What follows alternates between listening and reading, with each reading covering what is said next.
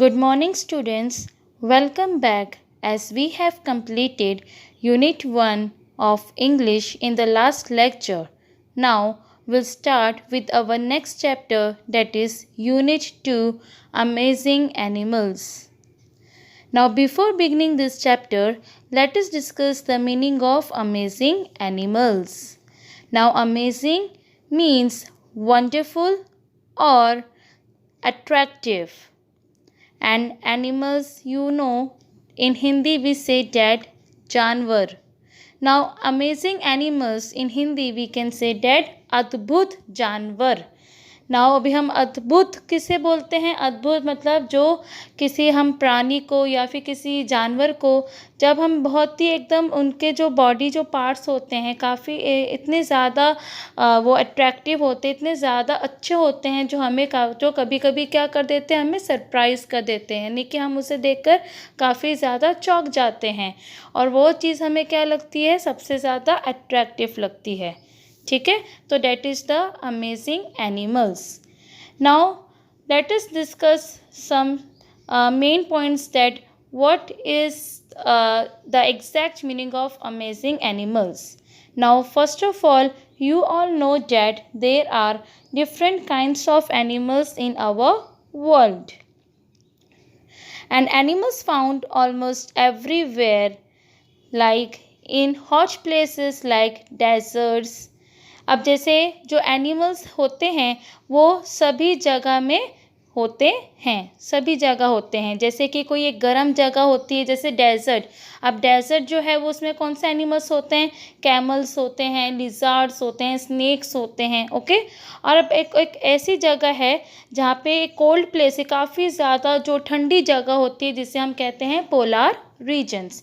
तो उनमें कौन से एनिमल्स होते हैं? जैसे पोलार बियर्स होते हैं, पेंगुइन्स होते हैं. ओके. अब कुछ ऐसे भी ज़्यादा जो डीप ओशंस होते हैं, यानी कि काफ़ी ज़्यादा गहरे जो सागर होते हैं उनके अंदर भी ऐसे एनिमल्स होते हैं जैसे फिशेस होते हैं, स्टार फिश होते हैं, वेल्स होती है, शार्क्स होते हैं. ओके. और कुछ ऐसे एनिमल्स होते हैं जो माउंटेन साइड भी होते हैं जैसे snow leopard, snow monkey, mountain goat. Okay. और कुछ एनिमल्स होते हैं जो हवा में होते हैं जैसे like birds. And birds you all know that parrot, sparrow, pigeons and etcetera. तो ये जो एनिमल्स होते हैं ये आप देखते हो तो ये सारे एनिमल्स के जो बॉडी पार्ट्स होते हैं वो हमें इतने वो क्या होते हैं, अलग अलग बॉडी पार्ट्स होते हैं जिस वजह से हमें ज़्यादा अट्रैक्टिव लगते हैं. तो इसीलिए हम उनसे बोलते हैं अमेजिंग एनिमल्स. बट ये सारे जो एनिमल्स है ये आपको पता है जो ये हमारे वर्ल्ड में एग्जिस्ट करते हैं. बट कुछ ऐसे भी एनिमल्स होते हैं जो जिनका ना ही कभी आपने नाम सुना है और ना ही कभी आपने उनके बारे में कुछ उनको देखा भी नहीं है. तो कुछ ऐसे भी एनिमल्स होते हैं जो हमारे वर्ल्ड में एग्जिस्ट ज़रूर करते हैं पर हमें उनका ना नाम पता है ना ही हमने उन्हें कभी देखा होता है. तो मैं आपको बताऊंगी कि कौन से ऐसे एनिमल्स हैं जो आपके लिए एकदम नया है और पर उनमें एक अट्रैक्टिव भी है. वो इतने अच्छे होते हैं, इतने वंडरफुल और काफ़ी ज़्यादा ब्यूटीफुल हमें दिखते हैं. जैसे मैं आपको बताती हूँ, देखिए. जैसे पहला है एलिफेंट श्रीव. ये आप देख रहे हो. अब एलिफेंट श्रीव क्यों इसका नाम दिया है? एलिफेंट श्रीव एक मैमल है. ओके. एक ऐसा एनिमल है जो इसका आप देख रहे होंगे कि जो इसका जो शरीर है उसके बिल्कुल जो आगे का जो फेस है उसका बिल्कुल किससे रिलेट करता है? एलिफेंट से रिलेट करता है. इसलिए इसका नाम क्या है? एलिफेंट श्रीव. आप देखिए अब इसके जो बॉडी पार्ट्स आप देख रहे हो ये आपने कभी ना देखा होगा ना ही कभी आपने इसका कभी नाम भी सुना होगा. ठीक है. तो नेक्स्ट जो है मैं आपको दिखा रही हूँ. नेक्स्ट देखिए यहाँ पे एक है ग्लास विंग्ड बटरफ्लाई. अब जो ग्लास विंग्ड बटरफ्लाई है आप देख रहे हो यहाँ पे जो बटरफ्लाई के जो विंग्स है ये विंग्स ऐसे हैं जो काफ़ी ज़्यादा ट्रांसपेरेंट है, यानी कि ग्लास की तरह है. ग्लास मतलब ट्रांसपेरेंट जो हमें ऑब्जेक्ट्स बिल्कुल क्लियरली दिखाई देते हैं. इसीलिए इसका जो बटरफ्लाई इसका क्या नाम दे दिया? Glass winged butterfly. ठीक है. तो अब ऐसे ही काफ़ी ज़्यादा और ऐसे एनिमल्स हैं जो आपने कभी ना ही नाम सुना है और ना ही आपने कभी देखा है. तो वैसे ही चीज़ जो है इसलिए इस चैप्टर का नाम दिया हुआ है अमेजिंग एनिमल्स. ओके। तो अभी अब इसी चैप्टर में आप और भी ऐसे एनिमल्स के बारे में पढ़ोगे जो आपके लिए बिल्कुल नया है। और वो क्या है, वो सब जितने भी एनिमल्स है वो सब क्या है, अमेजिंग एनिमल्स। ओके, सो अभी हम स्टार्ट करते हैं with the activity 1। This unit is about some of the amazing animals that share our world. Now I'll explain you.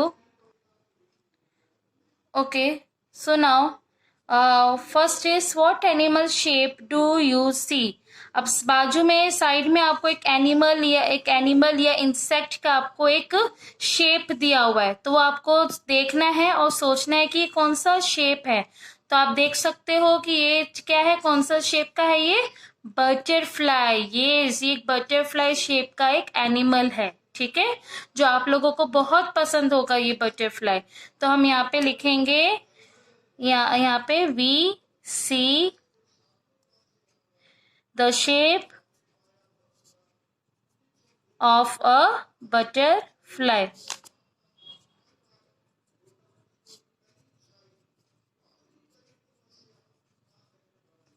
Okay, so the next is What words do you find in the shape? अब जो यहाँ पे आपको shape दी है ना, इसके अंदर कुछ आप देख रहे होंगे कि वर्ड्स भी दिए हुए हैं आपको, और वो जो वर्ड्स आप देख रहे हो इस पिक्चर में, वो वर्ड्स आपको यहाँ पे लिखना है।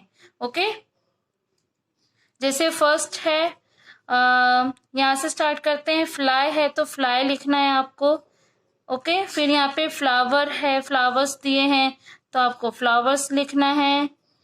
देन यहाँ पे ब्लैक दिया हुआ है, कलर्स के नाम भी दिए हुए हैं, ठीक है, तो आपको ब्लैक लिखना है। देन ये रहा, यहाँ पे येलो है तो यहाँ पे आपको येलो लिखना है।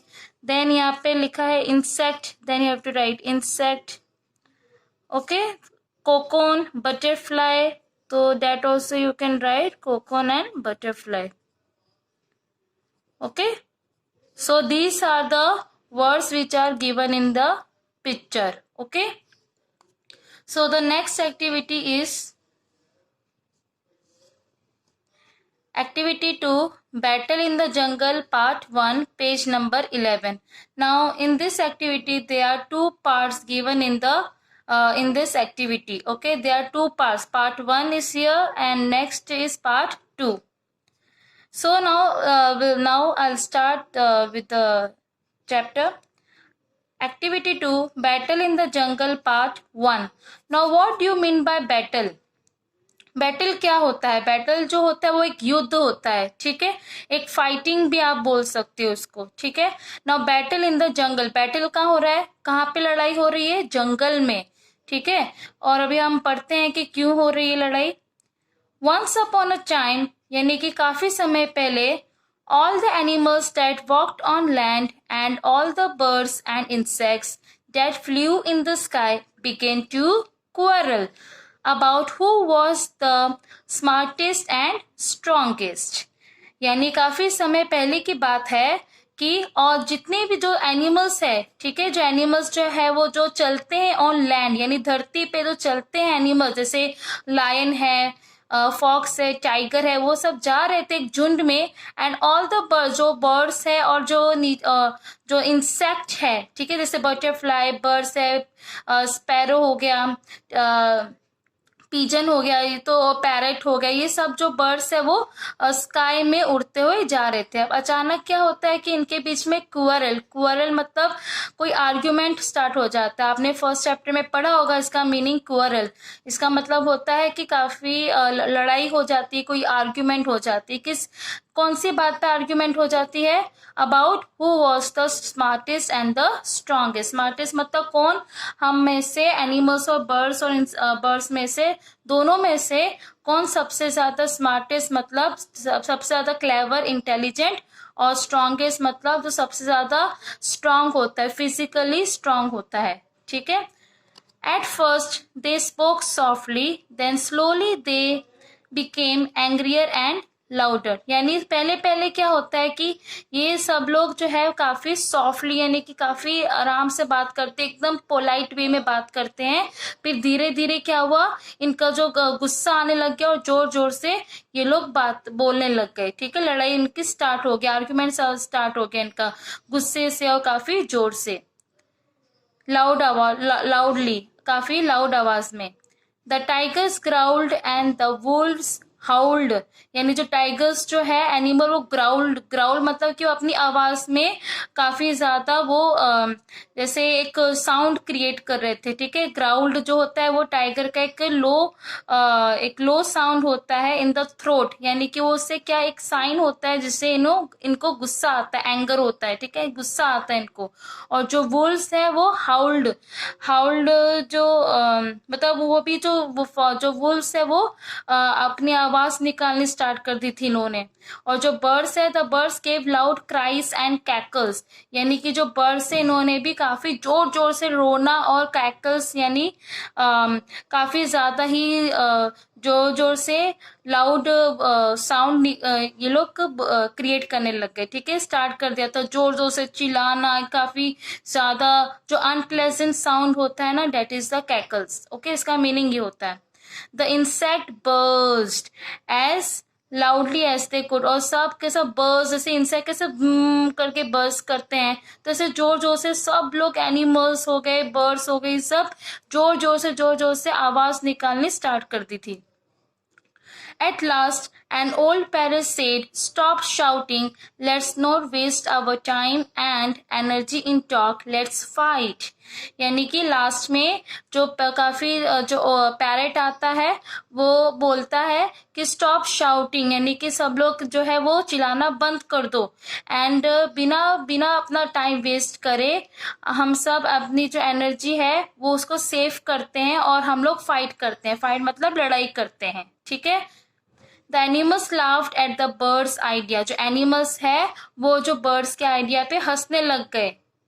What said the lion. Lion ने क्या बोला, क्या, कैन यू फाइट अस। यानी कि लायन ने बोला कि क्या तुम हमसे फाइट करोगे, हमारे से लड़ाई करोगे।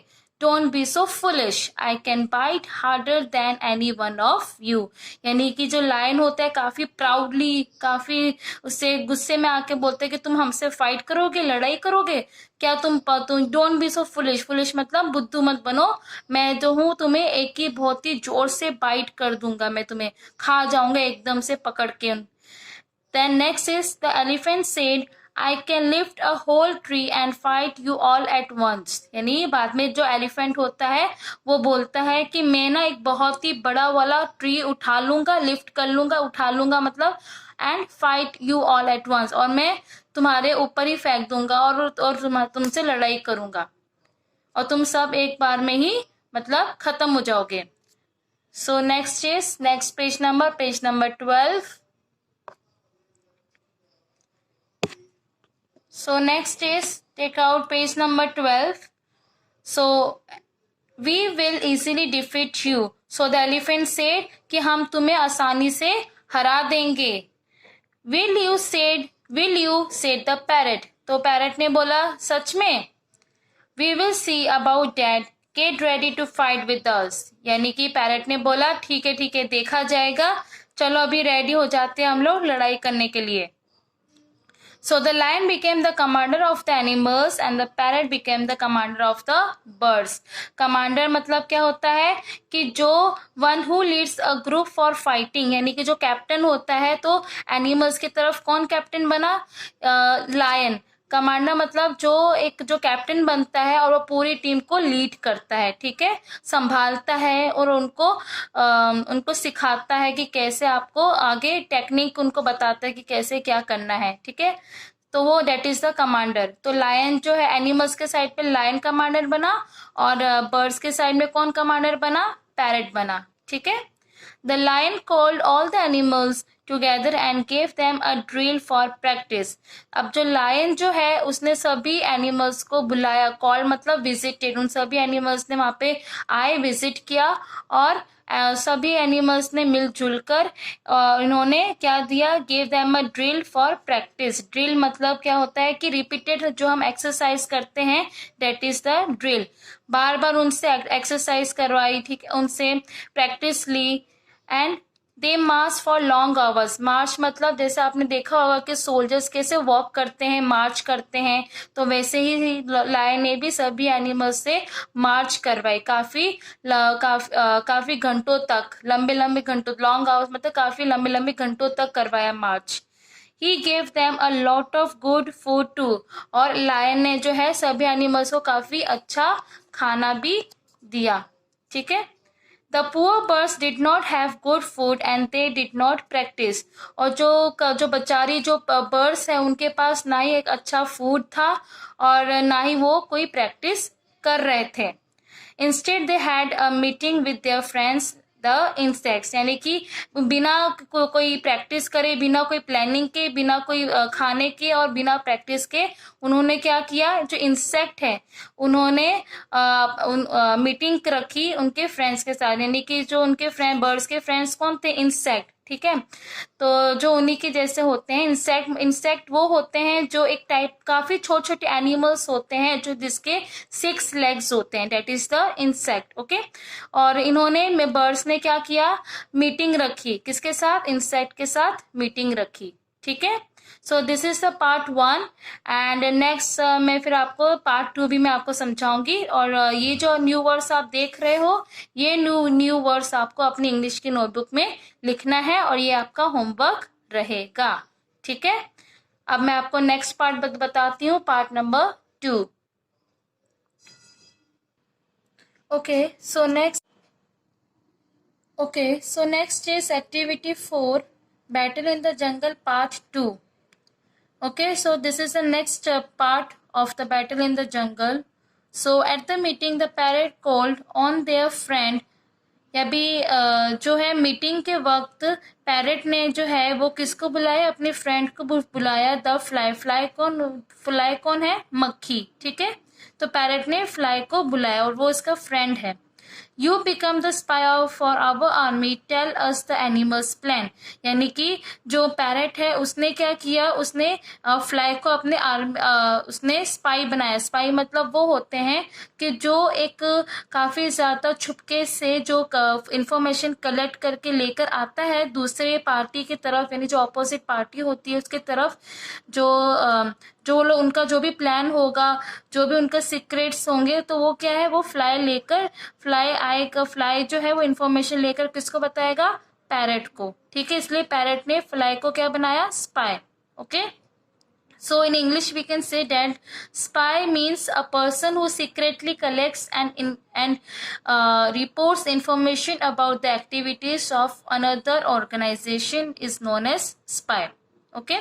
सो tell us the animals plan. तो वही जैसे मैंने आपको बताया, पैरेट ने बोला कि तुम जो है मुझे एनिमल्स का जो भी सीक्रेट प्लान होगा वो मुझे आके बताना. Yes said the fly. Fly ने क्या बोला, हाँ. I'll became the spy for our army. उसने बोला कि ठीक है, मैं जो हूँ अब हमारे आर्मी का स्पाई बन जाता हूँ. ठीक है. यानी कि स्पाई मीन्स सीक्रेट ऑफिसर, जो सारी इंफॉर्मेशन ला के किसको देगा, वो पैरेट को. बिफोर द बैटल यानी कि युद्ध से पहले, the lion called all the animals together and the tiny fly flew in and hid nearby. यानी कि लड़ाई होने से पहले, युद्ध होने से पहले जो लायन है उसने सभी एनिमल्स को एक साथ बुलाया और ये जो टाइनी, जो छोटे सी जो मक्खी है, फ्लाई, वो उड़कर वो कहीं पे हिड मीन्स कहीं छुप गया. ठीक है. जो उसको कोई देख ना सके, ना कोई उसको ढूंढ सके. ठीक है. Are you all ready, the lion asked. Lion ने क्या पूछा कि क्या तुम सब रेडी हो. Yes we are ready. They all shouted we are ready to go to the battle field. यानी सब ने बोला कि हाँ हम रेडी है. सबने शाउट किया, जोर से बोला and we are ready to go to the battle field, यानी कि हम सब लोग रेडी है बिल्कुल युद्ध के मैदान में जाने के लिए। बैटल फील्ड मतलब युद्ध का मैदान। Then listen carefully said the lion, तो लायन ने बोला कि ठीक है अब मेरी बात ध्यान से सुनो। Now next is the lion whispered I have a plan, lion ने विस्पर्ड किया, विस्पर्ड मतलब कि काफी बहुत ही धीरे से बोला ताकि किसी और को सुनाई ना दे, ठीक है, जैसे हम कान में बहुत धीरे से किसी से बात करते हैं ना, दैट इज द विस्पर्ड। और लायन ने बोला कि मेरे पास एक प्लान है। तो captain fox you have a nice long tail, अब जो उसने जो अपनी जो एनिमल्स जो है यानी लायन जो है उसने अपनी आर्मी का किसको सबसे अच्छा कैप्टन बनाया, फॉक्स को अपना कैप्टन बनाया, ठीक है, अपनी आर्मी का। एंड उसने बोला कि फॉक्स तेरे जो है वो काफी अच्छी और काफी लंबी टेल है, टेल मतलब पूंछ।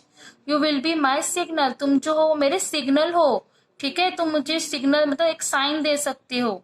So on the battlefield I shall whisper in your ear when it is time to fight, उसने बोला कि मैं तुम्हें जो हूँ लड़ाई के मैदान में मैं तुम्हें धीरे से तुम्हारे कान में बोलूंगा और तब मैं तुम्हें जब सिग्नल दूंगा तब तुम फाइट करना लड़ाई करना स्टार्ट कर देना। You will put up your long tail to signal all the animals to attack the birds, is that clear? तो यहाँ पे लायन ने बोला कि तुम जो हो अपनी पूंछ को, तुम्हारी काफी लंबी पूंछ जो है ना वो एकदम लंबी कर देना, ठीक है, तुम्हारी जो पूंछ जो है जैसे रोलिंग करके रखी थी, तब तुम जब मैं तुम्हें सिग्नल दूंगा तो तुम अपनी पूंछ को काफी लंबी कर देना, तो इससे क्या हो जाएगा सभी एनिमल्स को एक सिग्नल मिल जाएगा, एक साइन मिल जाएगा ताकि वो बर्ड्स के ऊपर अटैक कर सके। तो समझ में आया, मतलब is that clear? Very clear sir said the fox, fox जो है कैप्टन है वो उसने बोला कि हाँ मुझे समझ में आ गया sir. Very well said all the animals in one voice, और एक ही आवाज में एक ही झुंड में सभी एनिमल्स ने बोला कि ठीक है हमें ओके ओके कर दिया, डन कर दिया। The fly hurried to tell the parrot the lion's secret plan. अब फ्लाई जो था काफी ज्यादा हरी मतलब काफी जल्दी जल्दी जाके वो जो था पैरेट के पास गया और उसने लायन का जो सीक्रेट प्लान था वो बताया उसको। The time for the battle came, और जो अभी लड़ाई का जो युद्ध का जो टाइम था वो आ चुका था।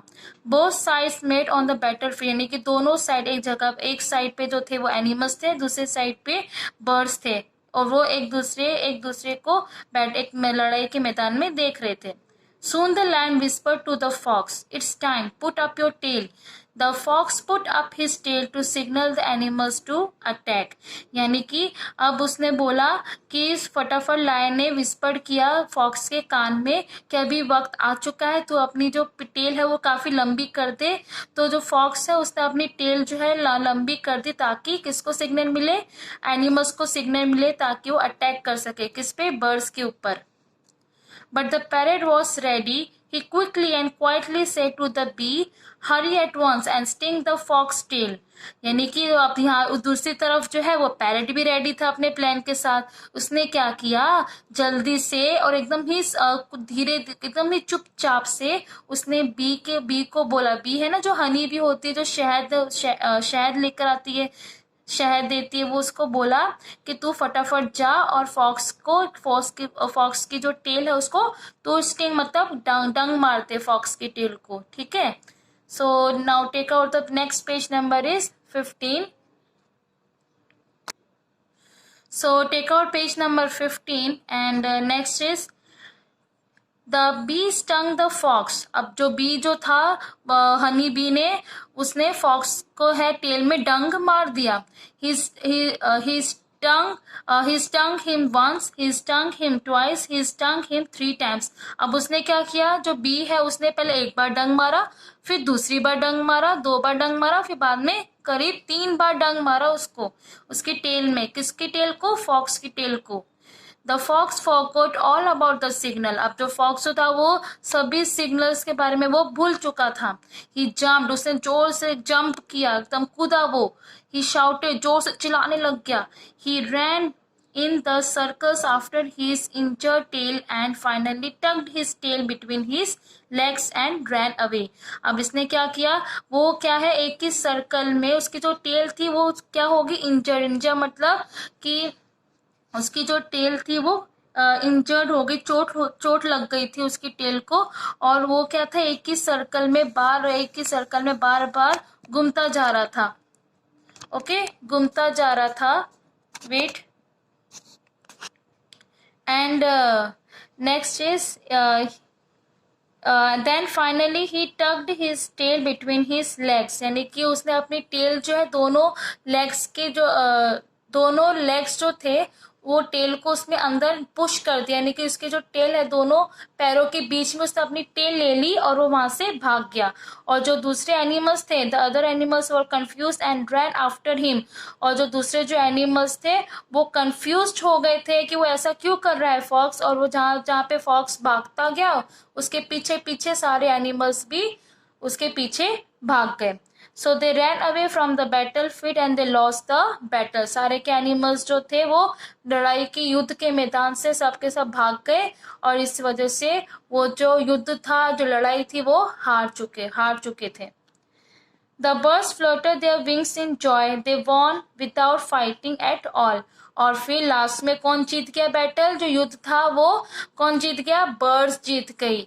और इसी वजह से बर्ड्स जो है फ्लैटर, मतलब कि Flutter means moved lightly and quickly, यानी कि फ्लटर अपनी पंखों को लहराया और काफी खुशी से लहराया उन्होंने अपने पंखों को, सभी बर्ड्स ने.